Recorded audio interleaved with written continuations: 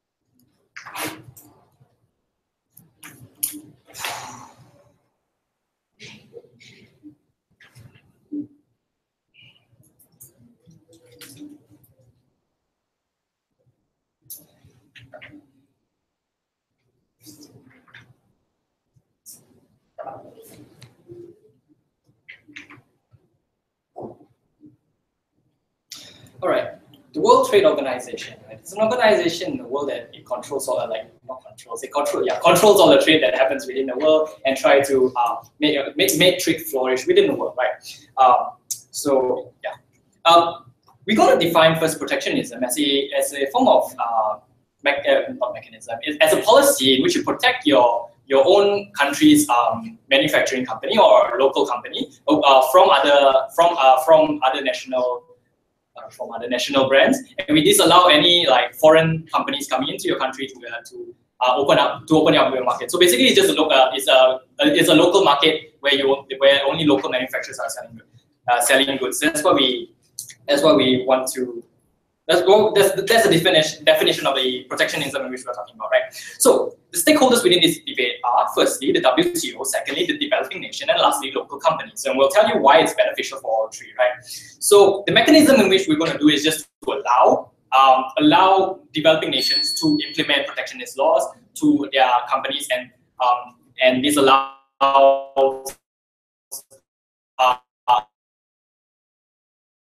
other of that, right? So only that specific sector in which the country protects, right? So we're not saying that there will be no open trade. Trade will still happen with foreign countries. People still can come in and invest, but only under that sector, it will all only be the national product, right? So why is that? The alternative to this is to allow these developing nations to import products from other countries and on that specific sector. But then it doesn't flourishes the sector within your country. It doesn't allow people within your country to start their own company or have an understanding on what this is. This the reliance on overseas market, overseas companies trying to invest into it, makes you have a heavy reliance on this kind of companies. And then when you have a heavy reliance on companies, there's no incentive for you to develop your own. And there will be no incentive to develop your own. And we're telling you that developing nations should have the incentive to develop their own, right? Okay, right, moving on. What are the incentives for the WTO implementing this, right? So firstly, WTO will implement this is because they want more economical growth, right? So that's the main incentive of what WTO want. They want more trade, they want more economical growth, right? Also, they want the local developing nations, they want the developing nations to also grow, right? They also want them to become a powerhouse, or at least be sufficiently strong enough to have better interactions with other powerful economy. So that's what the WTO want, and there's an incentive there to help to go into that. There's an incentive there for them to go to allow such a thing, because if the protectionist policies succeed, these nations will be able to develop such a thing and become more economically powerful on those sectors, right? Right. And also, when there's more nations that are more economical powerful, they will benefit off it because there will be more trade. And then the first thing that they want, like the World Trade Organization, is one trade, so that they themselves can benefit off it. And when there's more powerful economies that interact with each other, there will be more trade that occur. When there's more trade that occur, the benefits they have. That's why the WTO should allow such a thing, because their incentive will it matches what they want to do, right? Okay, so even if they allow such protectionist policies to work in this, they allow such protectionist policies, and even if it doesn't work in that developing nation, it doesn't really hurt the WTO much. Why it doesn't hurt much? Because it doesn't hurt them much because they don't really suffer. because they allow you to build your own industry and those stuff. And eventually, if your industry doesn't work, the WTOs of themselves will not suffer from this, because if it doesn't work, people will just open up their market and they still can profit off this. The WTO will still be able to profit off this open trading that will occur, right? Before moving on, yeah, sure. PY, any? So now that WTO is actually preventing these countries from actually importing other imports coming in, don't you think WTO is indirectly creating a sense of complacency within this country, in which is preventing this country from trading up? Okay, so what you're trying to say is, if WTO allows this thing, this country will not reach out. I've already tell you why. This is only in this sector itself. The country has an incentive to also want to open up their market to other industries. So it's only like, for example, the Japanese car industry. It's only the car industry itself. It can still open its market to other forms of trade. So they can also import other things, right? So the benefits to developing nation and the benefits to local company, right? What's the benefits to the developing nation? It is good for them because firstly, they'll try to invest more upon this developing this new infrastructure and this new sector of economy, and they'll try to drive this economy to work, right? They'll try to drive this economy to work, and we have seen a successful example of it working, right? For example, Japan. When Japan closed out the automobile deal with USA during World War II, after it finished, they didn't let USA to come in, or any foreign car companies to come in, right? So they focused on developing their own nation's vehicle, right? So after a long time, after a while, these vehicles flourish within their nation. When these vehicles are more these companies are powerful enough, then only they allow foreign companies to invest into the nation. So when you implement a protectionist policies, it doesn't mean that you'll close out the market forever. It just means for now you are focusing on the local market. And eventually, when your own nation's production is strong enough to compete with other nations, you open up the market and allow other people to come in and invest, right? Also, and because your nation's manufacturing firm is strong enough to compete with other people, that's why you can slowly expand overseas. That's why we see about 50% of USA's car market is now importing from Japan. These are the kind of benefits that you have. Now, even if you fail as a nation, as a developing nation, right? Even if you fail, you do not get to implement the market still could be open to other investors coming in. So there's not really much harm done. At least you tried pushing out a locally branded product to overseas and try to protect this sector within the economy, right? Secondly, local company, why is it good for them? It's good for them because this allows them the opportunity to try to flourish. Because nowadays, you're trapped in the overseas around, and these MNCs have the capital to pressure and push down these local companies, not giving them the opportunity to advance, or not giving them the opportunity to reach out to other markets. By stopping these MNCs from pressuring them, these local companies will be able to develop themselves and eventually be powerful enough to compete against these other MNCs and reach out to other markets and reach out and try and be more successful.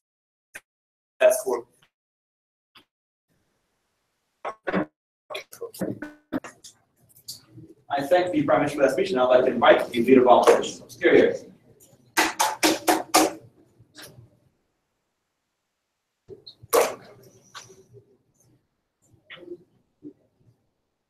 Ladies and gentlemen, here we have a goal. I mean, from the opposition side, we have a goal. What the dominant state, as a manufacturing company, as locally, even if we are locally, what we want to do is we want to expand our business. We want to not only for the time, but we also want to rebrand. I mean, we want to brand ourselves. We want to market ourselves even to the other nations so that we could actually flourish further. But then, but the thing is, when you impose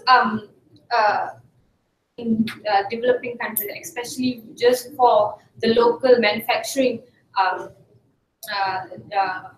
industry, you would actually hinder this thing. So what I'm going to do here is actually, first of all, I would like to start with rebutting the government side's points, and further, I would actually tell you how that this protectionism, by doing this, by allowing this protectionism for the manufacturing industry, would actually hinder from the local companies to actually grow further instead of being declined. So first of all, what I heard from the government side is that they actually wanted to hinder. They wanted to stop the manufacturing companies from investing in our country. Stop the other manufacturing companies outside there from coming inside our country, so that it would not affect our manufacturing industry itself, our local manufacturing industry itself. So in these terms, we could see that it actually reduces risk. It reduces risk taking of our own local company itself. Number two, we can also see that this by not having this competition among the MNC companies, we actually would grow at a slower pace, where we find that we do not have a competition. Whatever we are going to produce will be used by our own self. Will be used by locally. So we are not having competition. So our progress could be slower than this one. Furthermore, what we can see is also that by stopping this other manufacturing, other MNC manufacturing companies from investing or coming into our country to develop their business, we're also kind of stopping. We're actually stopping from. Not stopping, but actually reducing the number Actually, by allowing these companies to come in, we actually increasing the employability rate. That means where more people get more employed. So because we are currently already having like a lot of graduates in science sectors, in a lot of sectors, they are coming out, but then they do not have it. By letting all these MNC companies to actually come inside our country, we can actually reduce the employability rate, and there will be less graduates who are less employed. So before I proceed to the next point, please. Okay, when MNCs have the ability to push down prices of product until local companies run out of business and close shop, how will development occur then to this local company? Why are you going to do extreme that where you think that MNC companies would actually suppress these local companies? Yes, we can see that in terms of there are in terms of quality, there are difference in the products that is produced by the MNC companies and also the local companies. But then again, we have to see that it's the thing is, if we do not allow these people to come in, we would not take any. The local companies would not really take an initiative to actually grow themselves. They would actually, when they see that okay, we have a competition and we need to market ourselves, and for that we have to stray forward. We have to actually develop our own technology so that we could actually compete. At the same time, I'm telling you that by doing this also, we actually can market our own products outside our country. So where in that case, it actually develops our, it actually helps our company to actually grow further and also increase our revenue in our own side. So yes. What is the justification then for the World Trade Organization to disallow protectionism within developed nations?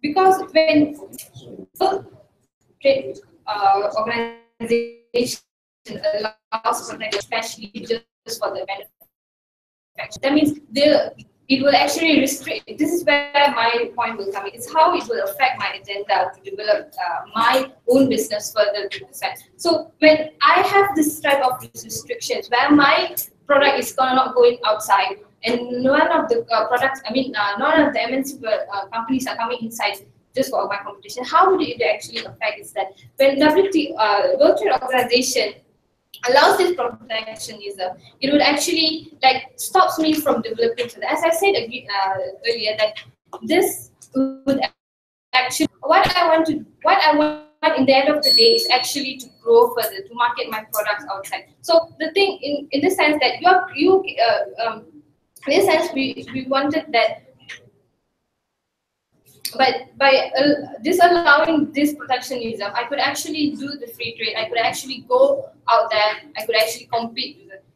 Even though, and also at the same time, we can also ensure that when the MNC companies come in, that we would actually have a goal. We actually will strive further to actually compete. We will have the MNC company and also have the capability to actually do that. To achieve growth and also growth for my company and also to develop further my company and also market my product, I would WTO. If WTO allows this protectionism, it will actually hinders my capability from growing further. In the sense that where I could not trade, I could not actually market my products outside, nor the MNC company that's come inside could not come inside and also compete with me. Thank you. That's a big opposition for that speech, and now let's invite the Deputy Prime Minister. Here.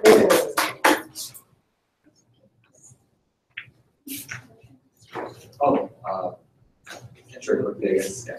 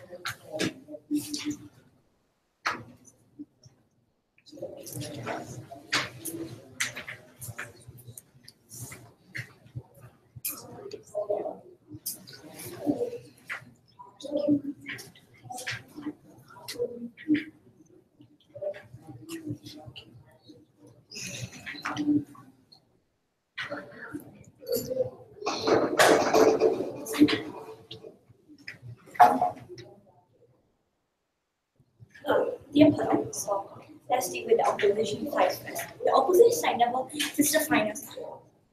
Why the main actor in this debate is the WTO, right? But they never come and say why would the WTO not do this policy and stuff. But they only talk about this. It's unfair competition. They say that it's unfair for it's inherent the development of local company and industry. Competition with MNC, from our side, we say that it's good for local because when MNC have the ability to push down the price of product and then you run out of business. It's and a second thing that they want to talk about is like how the MNC coming the local business and pushing down is already happening in state schools, right? And when a local company gets market where they draft has an unfair competition and they will not grow better. That's what the opposition side tried to tell us. I will prove more in my speech. So, what are the benefit of or what are the protectionism in the first place. My speaker already told you what is protectionism, and I will push a little bit. I will add a more point. Protectionism is a policy for the country to protect their local industry from the foreign, like MNC and foreign industry, by imposing taxes and traffic, higher taxes and traffic, right? So they want to come and talk about the developing country will not have incentive, or what the developing country will be using their market and other stuff. It's actually not true. First, I would like to talk about, when we talk about the local market things about industry and stuff, they come and say that when we do protectionist policy, our product cannot be brand out in the first place. Then we have to come to the income in the context of developing products are not technically or like cannot produce enough yet. So when they go into the out of the national spectrum, the products are usually not being credited. That's how we need to improve our product first. Look at, for example, Japan. Japan, in order to reach out the international, they first improve their industry and local industry by doing protectionism, and they try to improve their local economy and fight with the MNC and other things. That's where we win the MNC and the other foreign industry, right? In order you as a developing country to win the industry or business industry, it is important for you to strengthen your local industry first. And the only things about in the contents of the WTO, right? My speaker already said why the WTO has these why the WTO have incentive to push this policy. The WTO have incentive to push this policy because firstly, the WTO is an international organization for trade and WTO is an organization for trade. So is to flourish the trade as well as to make sure that all the people, all the state in the international relation are having a good interaction in terms of economy. So what happened now in the status quo now is that the developing country are usually using their local market because MNC usually come and impose their products and brand, and they never, the developing country have never come out with the local brand, or they never have an incentive to prove their brand, or to make sure that the brands are really for the local, for the international anymore. They just depend on MNC. We say that is bad because the developing country lose the development itself. So the World Trade Organization have an incentive to take care about it because they want to flourish in the trade system itself, in the international system. Right? If they want a trade in the international system, they must make sure that the developing country is working well because the resources they get are from the developing country itself. What opposition side need to prove us saying prove why the WTO would not do this policy protectionism to the or impose the protectionism to the developing nation, and how would the developing nation would get out this MNC always come and pushing you and always is fighting you and never have a local industry spreading never have a local industry. Your local industry is not never spreading up or developing, right? The opposition have to tell you. And the opposition, there is no alternative for the developing country itself.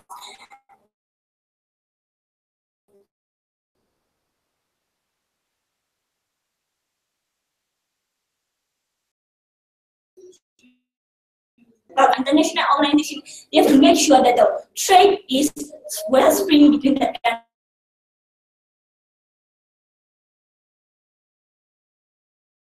itself. This policy must pass through.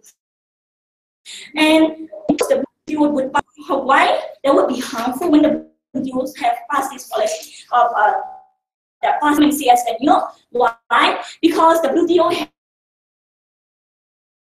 have no incentive as we assume the pure they say that. So why would the WTO do it? It contradicts their value now. We say that the state of you have to change, come to proactive with the problem.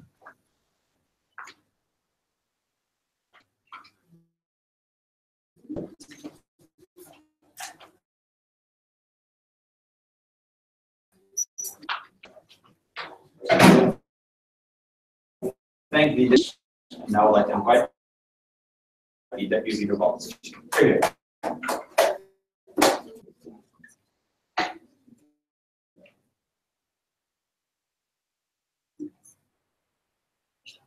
Three things. Three clashing points which we choose to engage with opening government. Just one market refers to most. Three, the idea of opening up the market, right? Opening government kept on harping about how WTO have the incentive to benefit. Let's point out that WTO has nothing to gain and nothing to lose from all of this, but the governments on whom they choose to apply this has a lot to lose from these policies, Mr. Speaker. So, first question point on the idea of flourishing of market. Prime Minister and Deputy Prime Minister pointed out that WTO should have initiated market open up and they want to have great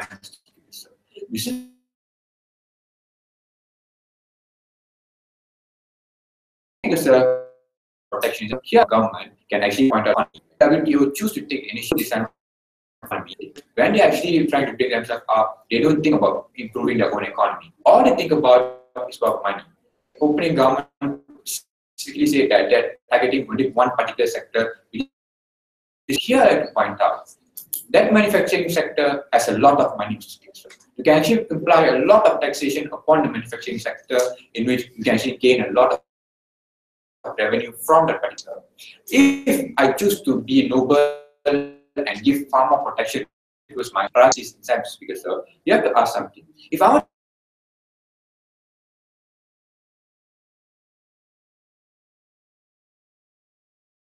from someone which most likely is, I have to give them something for them to actually get the initiative to help me in the first place. But when I'm so focused on building up my protectionism policy, how will I get that assistance from them? Speaker, sir, because they don't to gain anything from helping, sir, because I can bring up the sector itself. Most. Prime Minister pointed out that if you're good, if you didn't went up, then it doesn't hurt WTO so much. True, it does not hurt WTO so much, but it does hurt the governments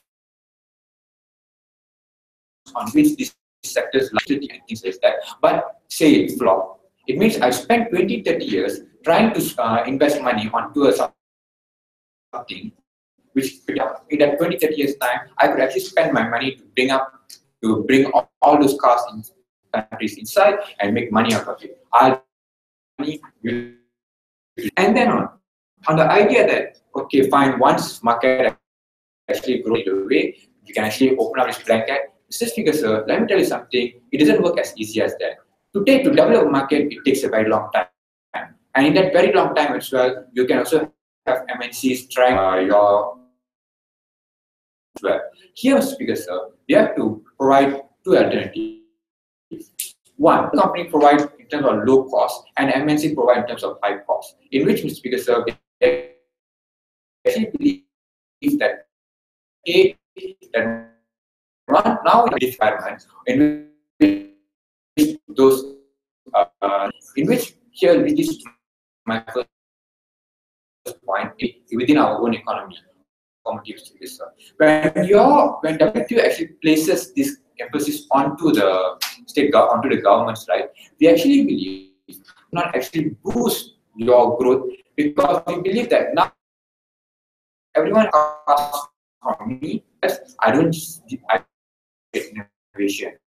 I don't have competition from any other MNCs, and even if I have competition from other local car companies, which let's face it is my and doesn't have. I don't have problem with him, he doesn't have problem with me. He has his own niche, I have my own niche, Mr. Speaker, sir. On a long run, Mr. Speaker, sir, we believe that lack of presence from MNC will severely deteriorate the ability of this company to actually boost themselves up. When they fail to boost themselves, who will blame good? This blame will definitely go to WTO because, let's face it, governments do not like to take the responsibility for their own action. That is why, Mr. Speaker, sir, that when TPP actually came out, we actually considered this as a form of United States intervention. Considering the fact that United Nations and WTO are all funded by the same big block unit, Mr. Speaker, sir, it will be very convenient for the government to pretty much blame WTO for whatever action that came from this, Mr. Speaker, sir. We believe at the end of the day, WTO will be receiving the big losing stick because if any problem come out of this, they will be the one who is responsible for it, Mr. Speaker, sir. And then on, also you have to ask one very major question. You have to ask the question regarding, sir. Taxation is a very big form of making money. Okay, we understand the need for companies to actually bring up their own economy. However, in the period of bringing our own economy, right, I can pretty much I can actually pretty much charge MNC company to invest in my company. And by their attempt to invest in my company, Mr. Speaker, sir, I can actually make a lot of taxes, I can actually charge money, and I can actually boost my revenue in return. And at the same time, as they choose to come in, I can also use their technology or persuade them to merge with my own local company or to provide expertise in my own local company to actually boost my own local companies forward without any trouble from WTO. But now, since I'm forced to take WTO's advice to actually apply this kind of protectionism blanket, I believe that this kind of restrictive environment will actually prevent the growth of my local company, because my local company just simply does not have the initiative to break forward because of the domination of the market by itself. And then on this, another thing that I point out here is how will this impact WTO on the long run? Now that we're actually trying to do this on developing countries like Mr. Speaker, sir, we also believe that on the long run, WTO's integrity will be questioned. Why? Say that this policy fails or this policy bails out, Mr. Speaker, sir. On the long run, people will start beginning to question WTO and how they lead to economic destruction. Similarly, in the same way, on how people have mistrust towards the IMF, towards the World Bank, on how they have the potential to risk country, even though it's a fault of the government at the first place.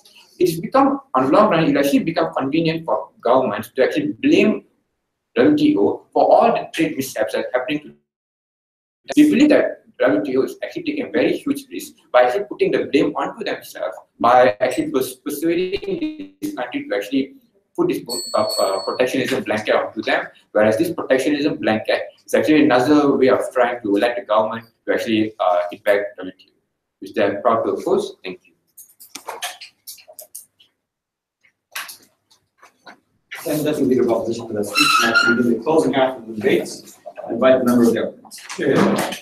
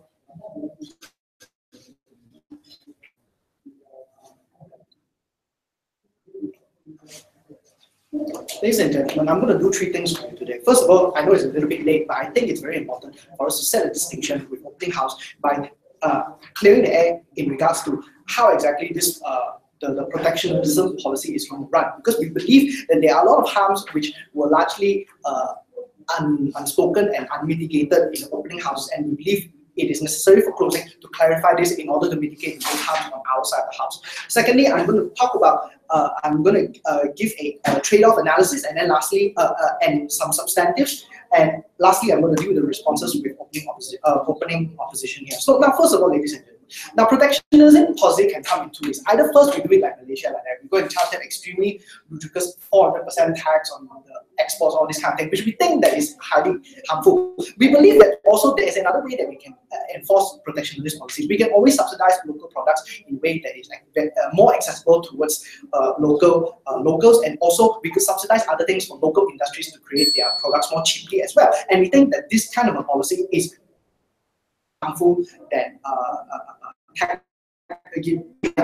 attacking these exports things. This was largely unattended by both opening houses, but I also want to go on and mitigate why this is a problem. If we do go and attack them highly, we could get some form of economic retaliation from the other countries. What these other countries will do, they'll start, like, we also need to import, like both sides of the house agree that fine, we want to go and put our products out internationally. And if we do this kind of protectionist policy where it is harmful more for these exports in our country, they can additionally do the same to us. And we wouldn't want that to happen because of how we want our products to flourish internationally and locally as well. Now, additionally, additional benefit of protectionism. Countries, we also can use it to keep like our conversion rate losses, because like if our citizens buy a lot of these exports, there's a lot of our money that's going out, which devalues our currency in the foreign market, and also we can mitigate foreign currency fluctuations by actually having an active hand about how our citizens spend money as well, by giving them incentives to buy local products instead of foreign products. Now, we understand that while we understand, of course, what they say is that there's possibly cheap control issues with local products, but we think that this is problematic because they are assuming the worst case scenario. Now, on the scale of moderation, we believe that fine, there is a possibility where our local products are inferior to export, because let's face it this way, it is possible that these exports, they have more experience, they have more technology, blah, blah, blah, all this. But in this case here, our local products also appeal to different social economic markets within our country itself. There are poor people, there are rich people. Poor people buy exports, rich people buy exports, poor people buy locally made products. And we don't think this is a problem on our side, because this would enable like a more healthy variety in our market as well. All right. So now there are the benefits of why subsidizing local products instead of high tariffs for that. We believe that there's a local flow of people, a local flow of money from the people to the government to the societies, industries, and we believe that this creates more benefit as opposed to the opening opposition here. Now, when there are more local jobs, then eventually we will support local industries, and then there will be a self-perpetuation of positive value in our local economy, and therefore strengthening our hold in both the local economic arena and also the foreign economic arena. Now, I'm going to give the trade-off this thing now. Trade-off, before that, sure. Right. If you mentioned that poor people can buy cheaper local products and rich people can buy foreign things which are more expensive, how is that a benefit exclusive to your side? Let's see. No, I'm just saying it's not that bad to have protectionism, and then because it will create this kind of market. But if you allow free trade kind of thing, it's like all like balance. Then like which is quite problematic in the sense that then these kind of economic factors gets a bit muddled up. Okay, now the trade-off analysis that I was talking about. Now let's talk about the world with protectionism and without protectionism. Now with protectionism, we would have a healthier local industry, both locally and then foreign as well, which I've explained previously. And then, but the problem here is fine. There'll be possibly more, comparatively more expensive exports. But the problem, and that will cause like a increase in the quality of life and spending expenditure, all that stuff. But without protectionism here, local industries will possibly get crushed. Like if people can't be able to make money in their own country, then what is the point of exports coming in? Because the people here wouldn't be able to earn money at all to buy these exports in the first place. If there is no stable economy because of how these MNCs crush all these local industries, the people won't even have money to spend on these exports that they are championing here. Okay, now additional benefits. Why is it necessary for more diversity of the international market here post-protectionism? Because what the point brought up in opening houses is that, okay, we like in Japan, like opening government said, we protect ourselves, after that once we're strong enough, we go there. Now, with diversity here, we kind of like stem the strength of all these MNCs here to dominate the market. With more diversity here, it also not only does it benefit our local industry, with more diversity, then like you have more products that appeal to different parts of the social economic demographic here. Then it also not only does it apply locally, it also applies internationally as well. All right. Now, next point. Right, I already talked about how it's not unfair for exports to be in the market due to the different social, economic, demographic. Okay, now lastly, my responses towards opening opposition. First of all, they talked about how it hinders local companies from going further because they say it causes complacency. Now, I think this is problematic, but because without this, like I said, they would be driven out, they'll be quashed, and then economic problems here. Now, and then additionally, there is also no incentive for local companies under protectionism to be complacent. Because when we think about it, if they're complacent, they're thinking like in a very short-term, worst-case scenario kind of thing. If they're complacent, then later on they cannot, because the dream here is to go and invest in like foreign market, like to go into the foreign market as well. But if they're complacent here, I'm very sure the companies whose mindset, the characterization here is that to maximize profits, they will not be complacent because they understand the risks and the challenges that they face in the international arena. So in other words, that's why they cannot be complacent. They would not be complacent because that is just the wrong business mindset. And even if they are board members in their world where they think like, oh, it's only complacent because of protectionism, I'm sure that the shareholders would have kicked them out because of this kind of ideology. All right. Now, in relation to okay, lastly, of the characterization of WTO that came from second speaker. Now, be blasted by these large economic blocs because seemingly protectionism here go against that. But the problem here is that these large economic blocs, they are again referring back to how like the additional social economic demographics here, they still have holes in these other countries. So in other words, their products here are not entirely ignored or even largely ignored. There is still a very healthy market going on here in, under our work. Thank you very much. I thank the member of government for that speech. I'd like to invite the member of opposition. Here.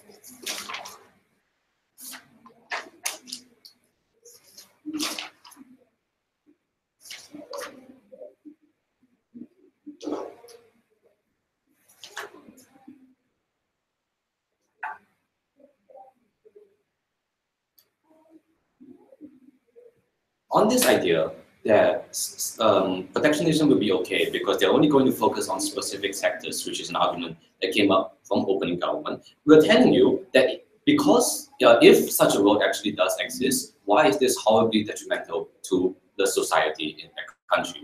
So throughout my speech, rebuttal should be integrated, as well as pointing out further extensions about about the various stakeholders in this debate, and to delve deeper into what exactly happens to them. So back to the point about specific sectors, right? So what's going to happen when you only allow protectionism for specific sectors?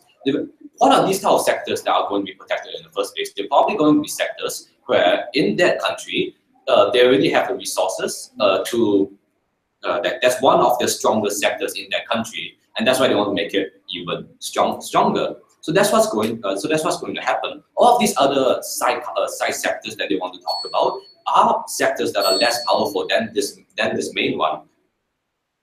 So because of this, these other sectors are going to be even weaker. Because imagine that you're a person that wants to start up a company, right? Would you rather start up a company that isn't backed by the government in that specific sector, or would you rather actually go into that specific sector to get the government benefits? What this means is that there's going to be more and more people going towards this sector than wanting to take a risk in anywhere else. So the diversity that they want to preach to us today is not going to happen as a result, because people wouldn't want to go for the higher risk option when there's a lower risk one, right there. So because of this, all of the other sectors will be negatively affected by a lesser amount of people that want to go there, which also leads to a lack of diversity in the whole.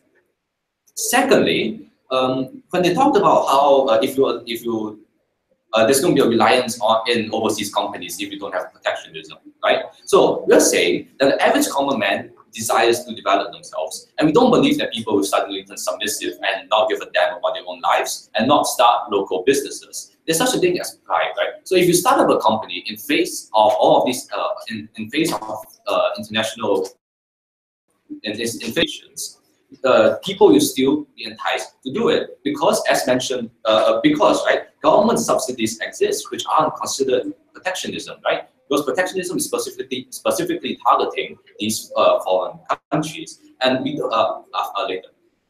And we don't see why allowing overseas companies into a country means that the company is slave, and because of all of these things. All right, sure. Right. So the main relevant actor is WTO. OO tells us that the main incentive for WTO to not do this is government would blame them, which the motion already indicates that A, they are not forced, and B, WTO will be seen as helping them by giving them affirmative action. What is the justification of WTO not doing this? The justification is big. All right, I'll get into that, right? So the justification for the WTO not lending a helping hand to these companies is the inherent risk in protectionism in general. That's what this debate is about, and I'll be getting into that throughout my speech. So let's say there's going to be two possible outcomes, right? So under their side, they're going to say under their side, if protectionism fails, what is the country stuck with? I'll be getting into that. If protectionism doesn't fail, right? There's no protectionism at all. There's lower So if protectionism doesn't fail, I'm sorry, there's a lower likelihood of this happening because there's most likely always going to be. Oh no, wait. Okay, so under a world without protectionism, I'm sorry, there's a lower likelihood of that type of society failing because there's always going to be foreign companies that want to come into the market, willing to invest in either. And more importantly, not having protectionism right now allows the chance for these countries to do so in the future if need be, instead of doing it right now without trying, but it's actually the lower risk option, which is not having protectionism. If we go for protectionism today, and if it fails, which I'm arguing that it's most likely going to fail, right? Because and if these countries, right, if they go for protectionism, you're putting all of your eggs in one basket, so to speak. You're going to be stuck with that failed business, and it's extremely hard to change later on. The company is going to be in a much worse state because of everything and all of the resources that they have channeled into this one industry. And we all know that relying on just one industry is not a good idea because of things such as, for example, like the countries that rely only on oil and the oil price drop, it led to disastrous consequences for them. And also about businesses, so people, especially desperate ones in developing countries, prioritize the immediate future rather than the long-term future. What the closing side wanted to tell you is that people will think about the future. They're going to make plans. But we're telling you that the main people in this debate today are the common man, the person in this developing country that probably didn't have a good education because of the circumstances in which they live. There's lower chance of them foreseeing such a future because their main goal would be taking care of the current needs. So the future, and what this means is that because if this protectionism goes away in the future, the economy will be in a much worse state than it would have been in otherwise if natural competition was allowed to occur. Because any future disadvantage that results from this negates the short-term gains, and they will be complacent because the average person is only going to prioritize what's right in front of them right now. So another stakeholder debate, right, are the consumers. So what happens to them? They're going to be if there's no competition and there's only one monopoly, there's going to be less pressure for the companies to do well. There's going to be less severe competition, which leads to worse goods for the which leads to the possibility of worse goods for the consumers because they're only bound by one thing. What this means is that there's going to be a worse start for the country once it's stepped away from protectionism because you can't stay there forever. There's going to be a higher chance of this future for these countries being very woefully unprepared. And about these developing countries, right? There's going to be two types of developing countries into one main thing. There's going to be the worst developing countries and the better developing countries. So these worst developing countries, they're more unstable than the better ones, right? So what this means is that there's a higher risk of protectionism failing for these unstable developing countries because of their inherent characteristics to begin with. A lower socioeconomic status for the people in their country, maybe rival factions, things like that. So take Venezuela, for example, right? If Venezuela suddenly goes into protectionism, they have a lot of factors acting against them. They will heavily increase the likelihood of protectionism failing as far as all the disadvantages that entails. But secondly, about the better developing countries, right, they're still going to need the support of international countries anyways in the grand scheme of things. And protectionism makes them unable and makes them nice and kind to help, which damages their image in the long run, and that's why I'm proud to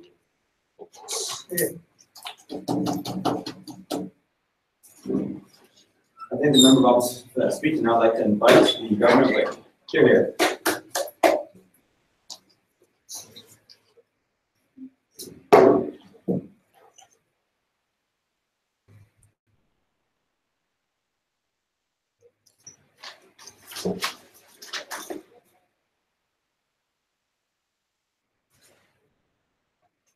I think what the government, what the opposition missed here is that the debate here is regarding developing countries where people do not have a stable income to afford exports, products that are exports, and hence they would rather go for like local products which are much more cheaper, because as we can see here, ladies and gentlemen, these exports rely more on marketing and more branding. So hence there's more cost to these products, hence these will be more expensive. So obviously consumers will have to fish out more money to buy these stuff. But first let me talk about how they mentioned how their worst case scenario, the government's opposition's worst case scenario here is how there would be a monopoly of business sectors here. But obviously we believe that the government protectionist policies will only occur on weaker sectors rather than the stronger sectors as raised by the closing opposition. Now, why is this so? Let me tell you why. So first, obviously these protectionist policies would be implemented on sectors that are much more weaker, because obviously the government needs to protect these local businesses rather than strengthen those sectors where the local businesses are leading in that certain sector. So obviously there won't be a monopoly here, because what we're doing here is basically trying to level the competition between multinational companies and local businesses, rather than letting multinational companies on local businesses. So yeah, next they mentioned how the opening government mentioned how the multinational companies' presence would increase employability rate, but we believe that this is not the case, because having protectionist policies would lead to more locals opting to more local businesses sprouting out in the country. So more local companies would lead to, these local companies would obviously be biased into hiring more local citizens into their companies. Hence there's a higher employability rate rather than having multinational companies, which could lead to brain drain. As you see, when there are more foreign investors, multinational companies would take the local job seekers, and then this would lead to a brain drain in the country, because instead of these people staying in the country, these people would be moved to where the multinational company stands. They would move to other countries, which would lead to like a loss in local talents in the country. They also they mentioned a case scenario which is like the healthy competition between local companies and multinational companies. Now, without protectionism policies, how would there be a healthy competition when local companies will constantly be trampled down by multinational companies? Because without these protectionist policies, the local companies would obviously be considered substandard, would obviously be in the darker side in terms of people buying their stuff, because obviously people would rather go for like what they deem to be much more high quality, much more with better branding quality, rather than local companies, which obviously would include startups. Now, protectionist policies would help with startups and help with helping these startups to flourish, helping the local economy to flourish, because obviously with more local businesses, the products compared to local products compared to obviously be much more cheaper. So could there be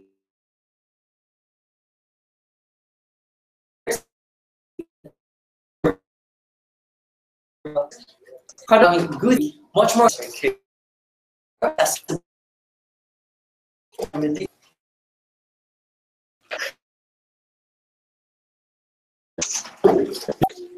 The three.